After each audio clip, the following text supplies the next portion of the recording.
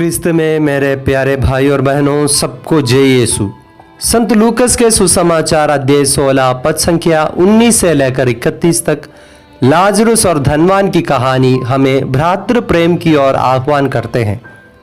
अमीर जो बैंगनी वस्त्र और मलमल पहनकर प्रतिदिन दावत उड़ाया करता था, उनका जिम्मेदारी था उनका भाई लाजरुस का ख्याल रखना। यूहन्ना बपतिस्ता बताते हैं, जिसके पास 2 कुर्ते हो वह एक उसे दे दे जिसके पास नहीं है, और जिसके पास भोजन है वो भी ऐसा ही करे। हाँ, हमारे भाइयों और बहनों का जीवन अपने घर पर उड़ाने वाले दावत से कहीं अधिक मूल्यवान है। यीशु मसीह कहते हैं, क्या जीवन भोजन से बढ़कर नहीं, और क्या शरीर कपड़े से बढ़कर नहीं। जीवन की डगर में हमारे सामने बेसहारे लोगों को देखते वक्त उन्हें अपने भाई समान देखने के लिए आज यह दृष्टांत हमें सिखाते हैं।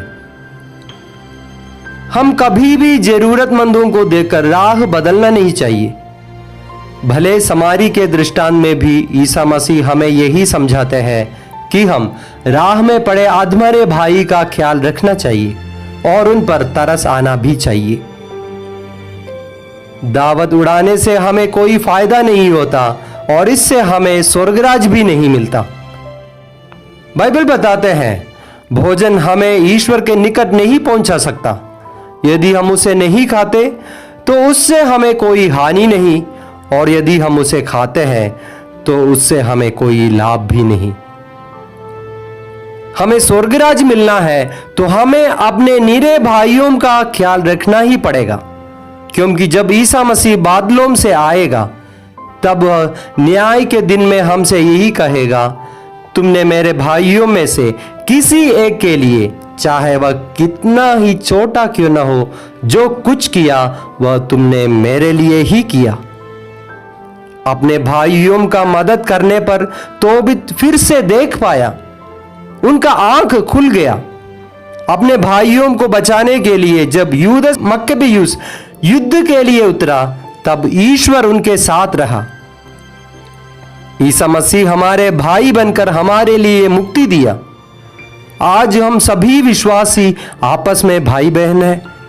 आपस में हम सभी का मदद करें और हम स्वर्ग राज्य प्राप्त करें, क्योंकि याकूब कहते हैं, मेरे भाइयों, यदि आप लोगों में कोई सच्चे मार्ग से भटके और कोई दूसरा उसे वापस ले आए, तो यह समझे, जो किसी पापी को कुमार्ग से वापस ले आता है वह उसकी आत्मा को मृत्यु से बचाता है और बहुत से पाप ढक देता है।